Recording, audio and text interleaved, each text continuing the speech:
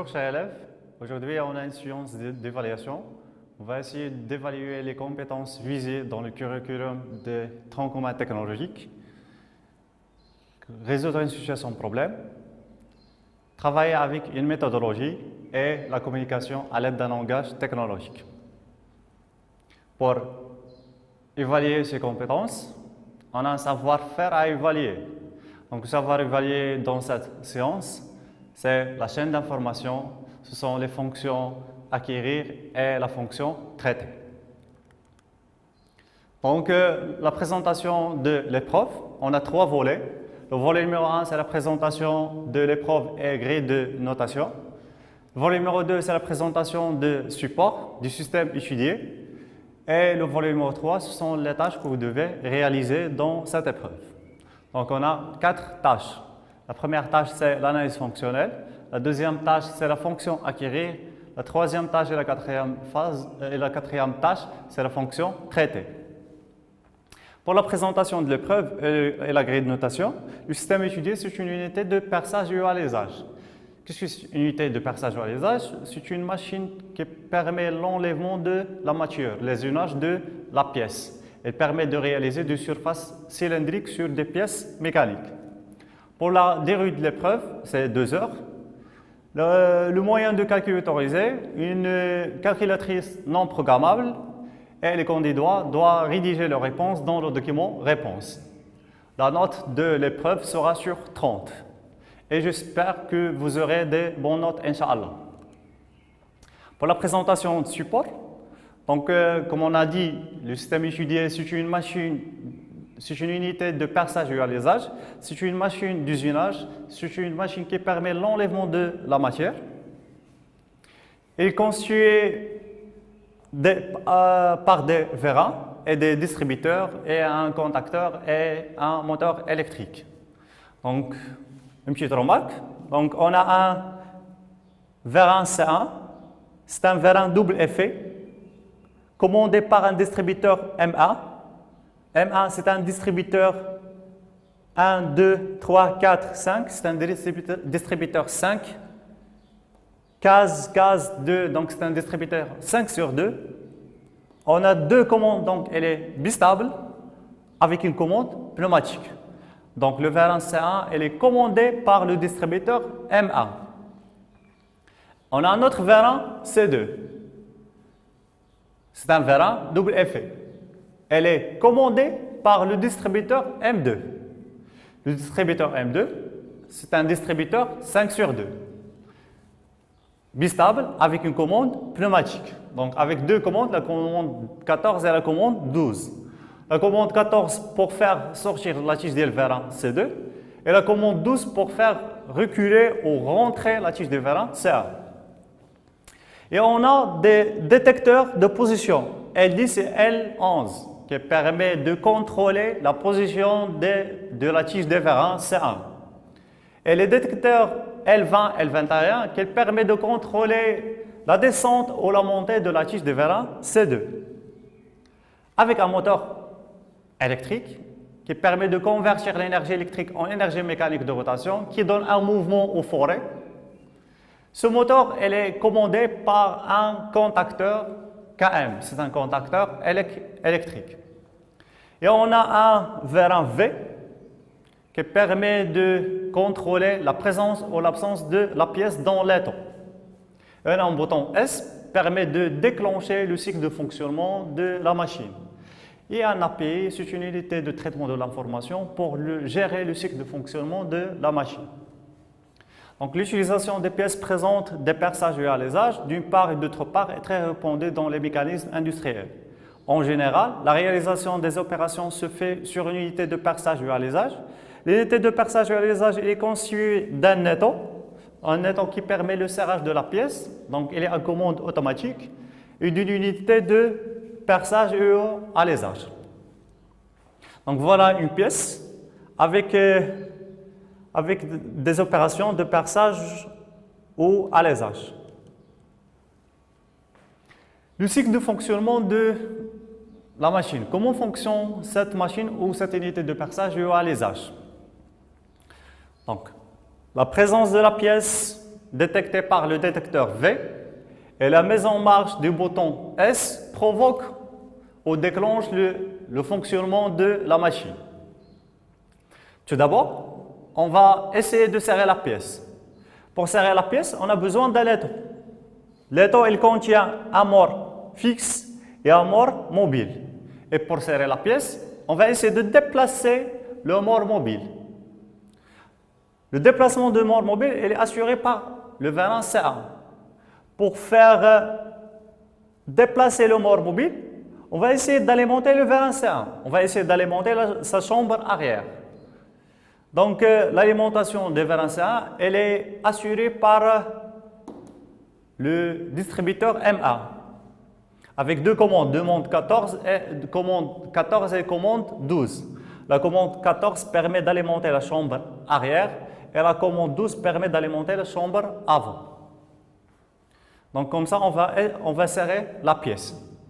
Donc le serrage de la pièce à percer, il est assuré par la sortie de la tige des vérins CA, commandée par le distributeur M1 et contrôlée par le capteur L11. La sortie de la tige des vérins C1, elle est contrôlée par le détecteur mécanique L11. Après le serrage de la pièce, qu'est-ce qu'on va faire? On va essayer de percer la pièce. Donc, on va faire un mouvement 2. On va essayer de descendre le vérin et on va tourner le moteur. Donc, la deuxième action, perçage de la pièce à percer. Donc, on va essayer de descendre le vérin C2 pour descendre l'unité de perçage. La tige de vérin C2, il est lié ou encastré avec l'unité de perçage. On a utilisé une raille ici pour faire le guidage en translation de l'unité de perçage, pour assurer la montée et la descente. La montée et la descente, elle est contrôlée par les détecteurs L20 et L21. Ce sont des détecteurs mécaniques. Le déplacement de la tige, elle est commandée par le distributeur M2, avec deux commandes, une commande 14 et la commande 12. Donc, on va descendre et faire tourner le forêt. Après, on va essayer de monter le forêt. Donc, on va essayer de reculer ou remonter la tige de vérin C2. Donc, elle est commandée par la commande 12 des distributeurs M2, toujours en gardant la rotation du moteur. Donc, après le perçage de la pièce, on va essayer de desserrer la pièce. Pour desserrer la pièce, on va essayer de reculer le mort mobile. Pour faire cela, on va essayer de rentrer la tige de vérin C1 avec la commande 12 des distributeurs M1. Donc, le perçage de la pièce à percer, la descente est assurée par la sortie de la tige de vérin C2, commandée par le distributeur M2 et contrôlée par le détecteur L21. La montée, elle est assurée par le retour de la tige de vérin C2, commandée par le distributeur M2 et contrôlée par le capteur L20. Le desserrage de la pièce percée, elle est assurée par le retour de la tige de vérin C1, commandée par le distributeur M1 et contrôlée par le capteur L10. Passons maintenant au volet numéro 3, passons maintenant aux tâches que vous devez réaliser. Pour étudier un système, on a besoin de comprendre son fonctionnement. Donc, c'est pour ça qu'on a commencé avec une analyse fonctionnelle. La tâche numéro 1, question 1, compléter le diagramme à bêta-corne. Pour remplir ce diagramme, on doit répondre à 3 questions. La première question, à qui rend-il service? Ce système rend à l'opérateur la service. Sur quoi agit-il? Il agit sur les pièces mécaniques. Le nom de système, c'est l'unité de perçage et alisage. Et donc, le but? Le but, c'est permettre à l'opérateur de percer et aliser les pièces mécaniques. Passons à la question numéro 2, toujours dans la tâche 1. Remplir l'actigramme. On va mettre ici la matière d'œuvre entrante. La matière d'œuvre, c'est la pièce. Matière d'œuvre entrante, pièce non percée, non alisée. Ici, on va mettre la matière d'œuvre sortante. La matière d'œuvre sortante, c'est pièce percée et ou alisée. Ça dépend. Et dans cette case, on ajoute la fonction de l'unité de perçage, c'est percé ou alisé. Pour faire fonctionner cette machine, on a besoin d'une énergie pneumatique et une énergie électrique. Et on doit actionner le bouton S de mise en marche. L'unité, c'est un système automatique, donc elle a besoin d'un programme et aussi d'un réglage de l'opérateur. Passons maintenant à la question 3. On va essayer de compléter le diagramme pieuvre par les éléments manquants. On a cette fonction de service. FS1, il y a 3 éléments, les pièces mécaniques, l'unité de perçage et alisage et un autre élément manquant. Donc c'est une fonction principale qui peuvent être tirées à partir du diagramme βk. La fonction FS2, on a comme fonction être alimenté en énergie électrique. Donc on va mettre énergie électrique. FS3, on a énergie pneumatique. Donc le système doit s'alimenter en énergie pneumatique. FS4, être facile à régler par l'opérateur. Donc on va mettre l'opérateur. Et on va retourner pour remplir la fonction de service FS1. Donc c'est permettre à l'utilisateur de percer ou aliser les pièces mécaniques. Pour FS5, donc on veut réaliser plusieurs diamètres. Donc on a besoin de plusieurs outils. Donc notre machine doit être capable de monter plusieurs types d'outils. La fonction de service 6, support de fixation. Donc notre machine doit se fixer ou se monter ou s'encastrer sur un support de fixation. Et pour la fonction FS7, avoir un prix compétitif sur le marché. Donc on va mettre soit le marché, soit le prix compétitif. Passons maintenant à l'analyse structurée de notre système. Notre système, c'est un système automatique. Il contient 2 chaînes, la chaîne d'information et la chaîne d'énergie. Quels sont les éléments qui assurent l'acquisition de l'information? Pour l'acquisition de l'information, soit on fait l'acquisition des consignes de l'opérateur, soit l'acquisition des grandeurs physiques ou l'acquisition de la transformation de la matière d'œuvre. Pour acquérir les consignes de l'opérateur, donc on a un bouton poussoir de mise en marche S. Pour l'acquisition de la transformation de la matière d'œuvre, on a 4 détecteurs L10, L11 qui contrôlent le déplacement de la tige de vers C1, L20, L21 qui contrôle le déplacement de la tige vers C2 et le détecteur V qui contrôle quoi? La présence de la pièce dans l'aide. Et pour la fonction traitée, on a un automate programmable industriel sur une unité de traitement de l'information. Pour la fonction communiquée, on a comme sortie des messages ou des informations sur l'état de fonctionnement du système ou sur l'état de la transformation de la matière d'œuvre. Passons maintenant à la chaîne d'énergie. Donc on va travailler avec 2 énergies, une énergie électrique et une énergie pneumatique. Donc on a 2 chaînes d'énergie. Pour s'alimenter en énergie électrique, on a utilisé prise. Pour s'alimenter en énergie pneumatique, on a utilisé un groupe pneumatique pour fournir une énergie pneumatique à notre système. Pour distribuer l'énergie électrique, on a utilisé un contacteur, KM. Et pour distribuer l'énergie pneumatique, on a utilisé des distributeurs 5/2 bistables à commande pneumatique. M1, M2. Pour convertir l'énergie électrique en énergie mécanique de rotation, on a utilisé un moteur électrique. Et pour convertir l'énergie hydraulique pneumatique en énergie mécanique de translation, on a utilisé des vérins double effet, C1 et C2. Pour l'effecteur, on a 2 effecteurs. L'effecteur, c'est l'élément qui est en contact avec la matière d'œuvre. Quels sont les éléments qui sont en contact avec la matière d'œuvre? On a l'étau qui assure le serrage et le desserrage de la pièce et le forêt qui assure quoi? l'enlèvement de la matière. Donc pour l'effecteur, le forêt et lettre.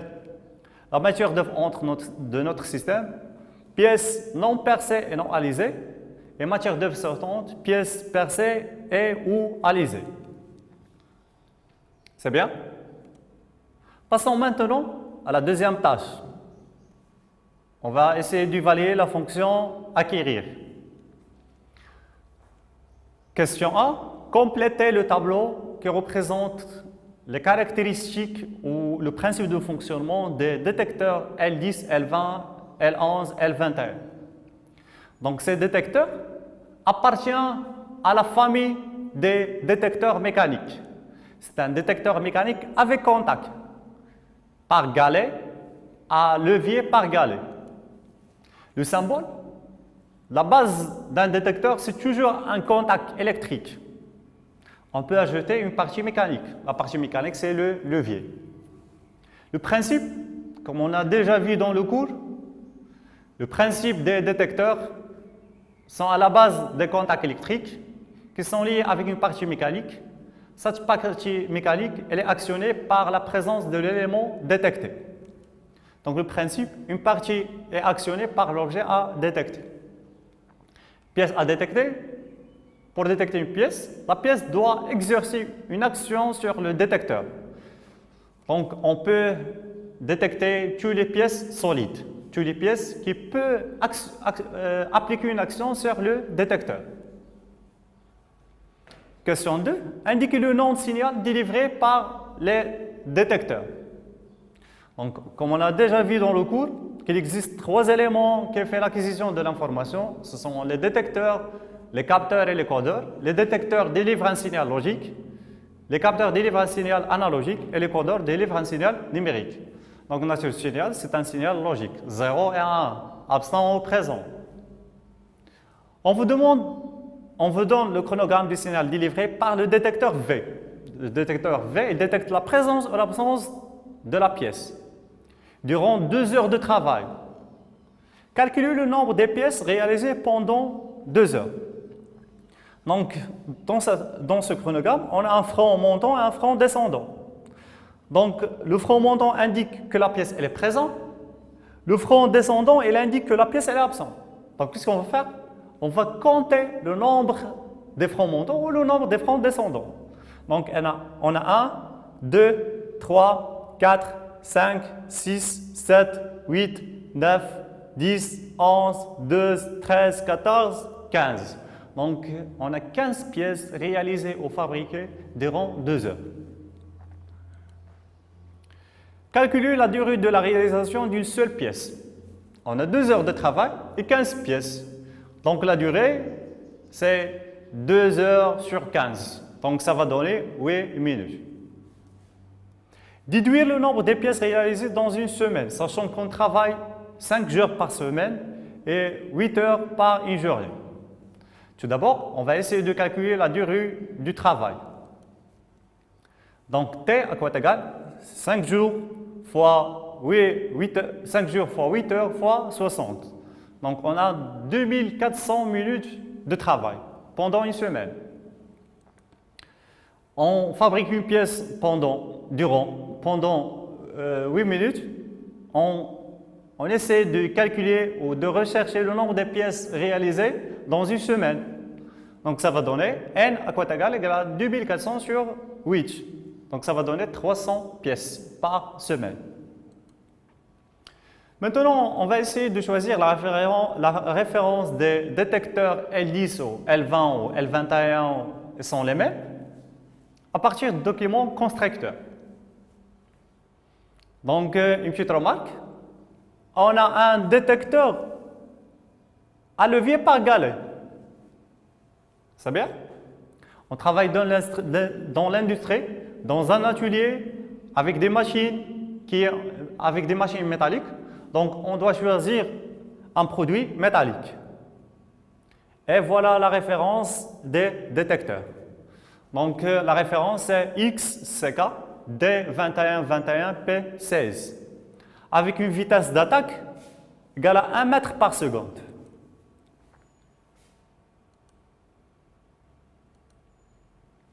Passons maintenant à la tâche numéro 3, à la fonction traitée dans le logique séquentiel. Tout d'abord, identifier les composants de l'automate programmable. Donc l'élément numéro 1, ce sont les pattes de fixation. L'élément numéro 2, ce sont les bornes d'alimentation. L'élément numéro 3, ce sont les bornes de raccordement des entrées. L'élément numéro 4, c'est un afficheur. L'élément numéro 5, c'est un emplacement pour cartouche pour la connexion, par exemple avec le PC. L'élément numéro 6, c'est un clavier pour faire, par exemple, un simple réglage. L'élément numéro 6, l'élément numéro 7, ce sont les bornes de raccordement de sortie. Passons maintenant à la deuxième question, donc toujours dans la tâche numéro 3. Indiquez le nombre nécessaire des entrées et des sorties de l'API.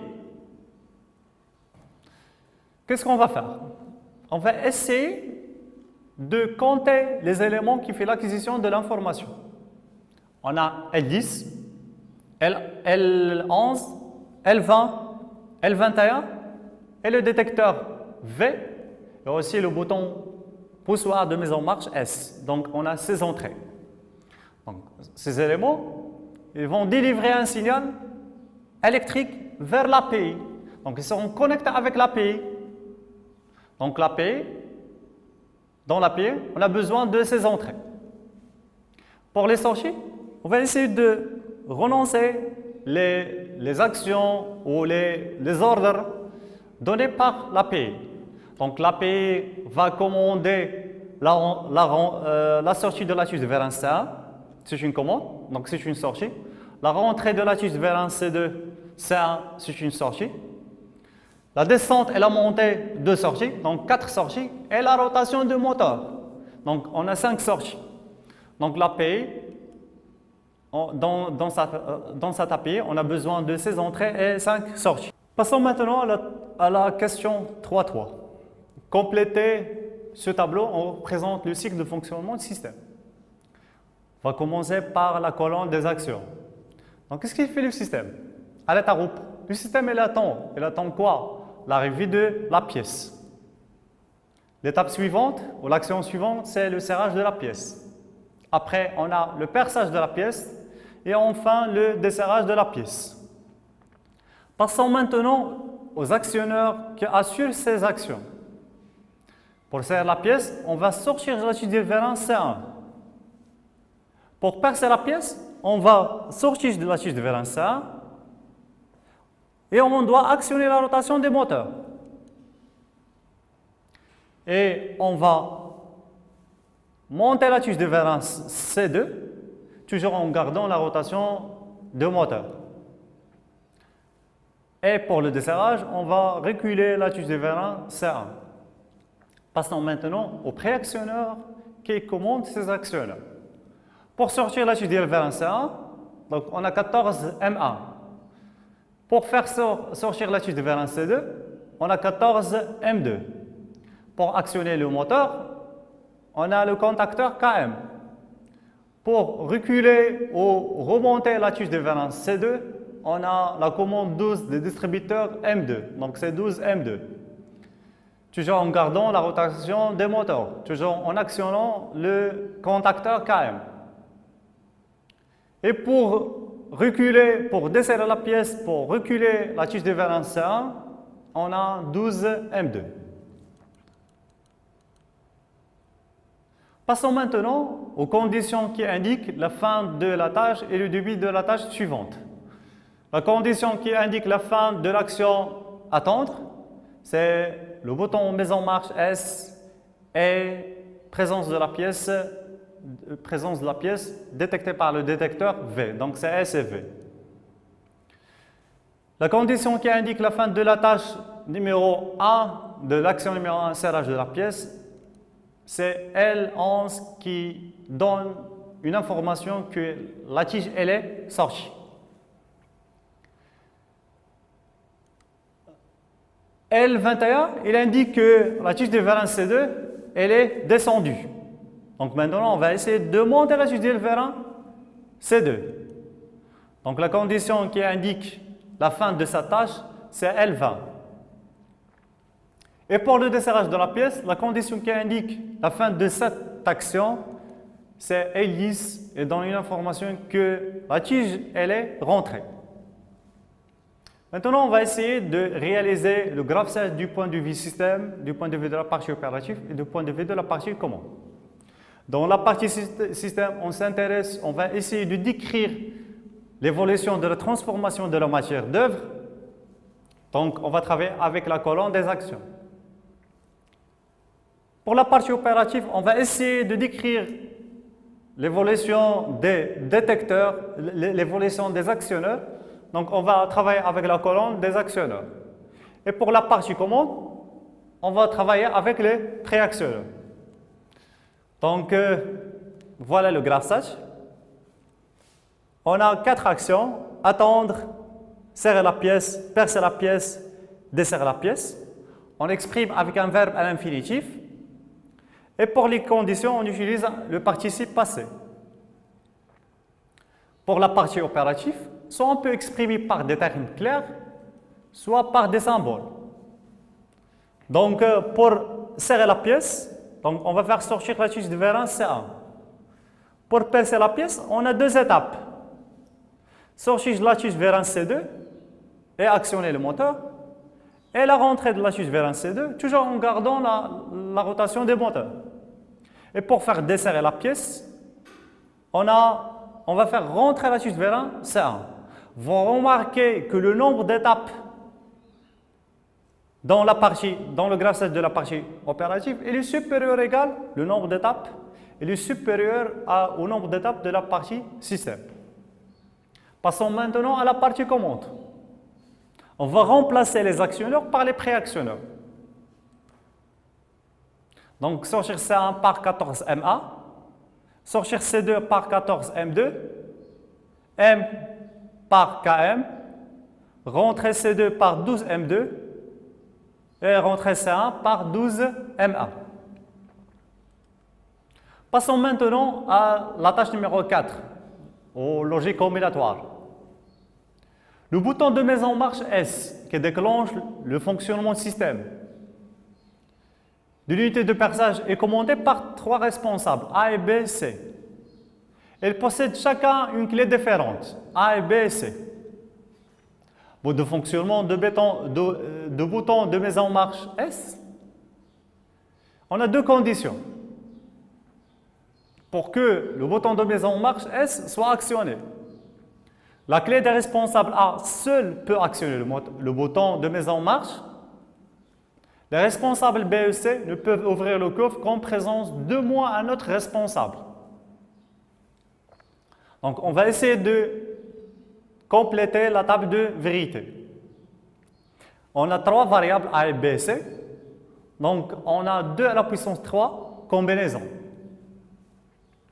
Pour la première combinaison, on a 0, 0, 0. Donc, le bouton S ne peut pas être actionné. La combinaison numéro 2, on a 0, 0, 1. Donc, c'est 0 pour S. La combinaison numéro 3, 0, 1, 0. Donc, on a S égale à 0. La combinaison numéro 4, on a 2 responsables, B et C, ce qui valide la deuxième condition. Donc, le bouton S égale à 1. Et pour la quatrième combinaison jusqu'à la combinaison numéro 8, on aura un 1 parce que le responsable A, elle est présent. Maintenant, on va essayer de tirer l'équation de S à partir de la table de vérité. Donc, on a 5 combinaisons, donc on a 5 termes. Le premier terme, 0, 1, A, donc c'est A bar, B, C. Deuxième terme, 1, 0, 0, donc c'est A, B bar, C bar. Le troisième terme, 1, 0, 1, donc c'est A, B bar, C. Le quatrième terme, A, 1, 1, 0, donc c'est A, B, C bar. Et le terme numéro 5, 1, 1, 1, donc c'est A, B, C. On va essayer de simplifier l'équation S en utilisant les lois logiques. On va prendre le terme numéro 2 et le terme numéro 3. On remarque qu'il existe un facteur commun. AB bar, C bar, AB bar, C. Donc, on va essayer de factoriser avec AB bar. Donc, il sera AB bar facteur de C bar plus C. Sur bar plus C, ça va donner 1. Donc, il reste AB bar. Pour le terme numéro 4 et le terme numéro 5, on a A, B, C bar plus ABC. Donc, on va factoriser par AB. Donc, AB sera facteur de C bar plus C. Donc, ça va donner A plus A fois B. On va prendre le terme numéro 2 et le terme numéro 3. Donc, on a A, B bar plus A, B. Donc, on va factoriser par A. Donc, ça va donner A facteur de B bar plus B. Et B bar plus B, ça va donner A. Donc, il va rester A. Et avec une loi logique, va nous donner que A bar B, C plus A va donner B fois C plus A. Donc, c'est l'équation simplifiée. Maintenant, on va utiliser une autre méthode, c'est le tableau de Carnot. On va essayer de remplir les cases. Pour la première case, on a A égale à 0, B 0, C 0. Donc A 0, B 0, C 0, donc c'est 0. Pour la deuxième case, on a A égale à 0, B égale à 0, C égale à 1. A 0, B 0, 1, donc c'est 0. Pour la case numéro 3, on a A égale à 0, B égale à 1, C égale à 1. Donc ça va donner A égale à 0, B égale à 1, C égale à 1, donc ça va donner 1. Pour la case numéro 4, on a A égale à 0, B égale à 0, B égale à 1, C égale à 0. Donc A égale à 0, B égale à 1, C égale à 0, donc c'est 0. Et pour les autres, c'est 1. Donc, comment on simplifie l'équation en utilisant le tableau de Carnot? On cherche de regrouper ces 1. On cherche de regrouper le maximum. Donc, on a un groupe de 4 et un groupe de 2. Donc, le groupe de 4, quelles sont les variables qui n'ont pas changé l'état dans le groupe de 4? Donc, si on fait la projection sur BC, B c'est 0, B 0, B c'est 1, donc elle a changé l'état. C 0, C 1, donc elle a changé l'état. Donc A n'a pas changé l'état, donc avec une valeur de 1, donc on va prendre A. Pour le deuxième groupe, on va faire la projection sur A, donc c'est 0. Projection sur A, c'est 1, donc elle a changé l'état. Pour BC, n'ont pas changé l'état, avec une valeur 1 et 1, donc ça va donner S égale à A plus BC. Passons maintenant à la question numéro 5. On va essayer de tracer le logigramme. Donc notre équation, S égale A plus BC. Entre B et C, on a une porte logique AND. Et entre le terme A et BC, on a une porte logique OR.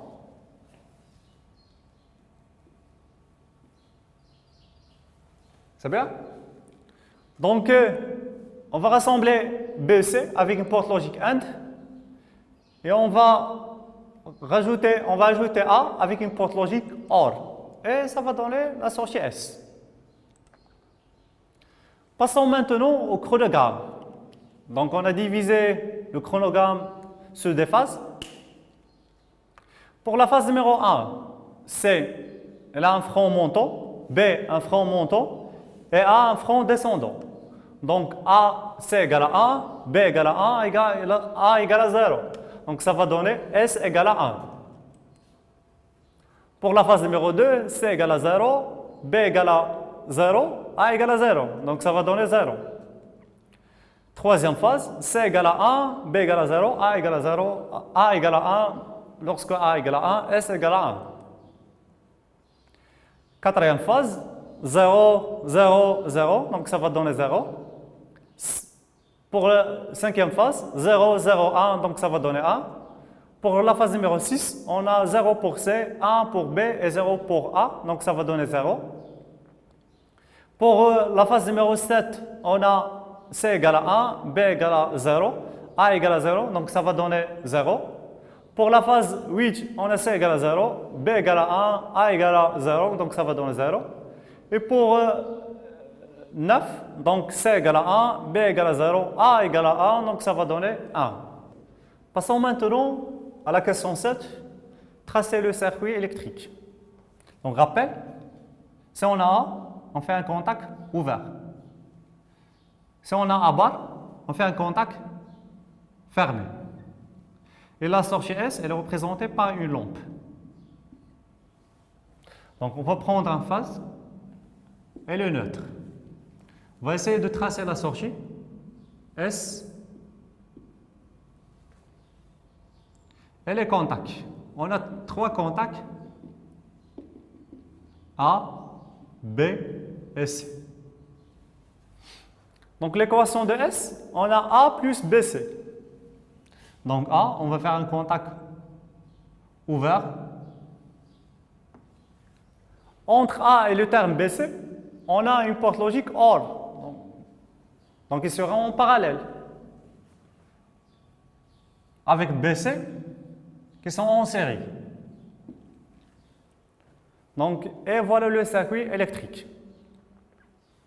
Passons maintenant à la question 8. On va essayer de tracer le langage ladder. Donc, si on a A, on va faire ce contact. A bar. Et pour la sortie S.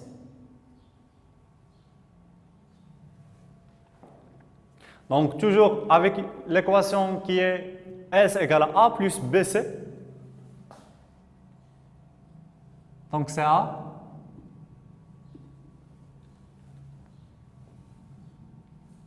Plus BC. Donc, on va travailler en parallèle.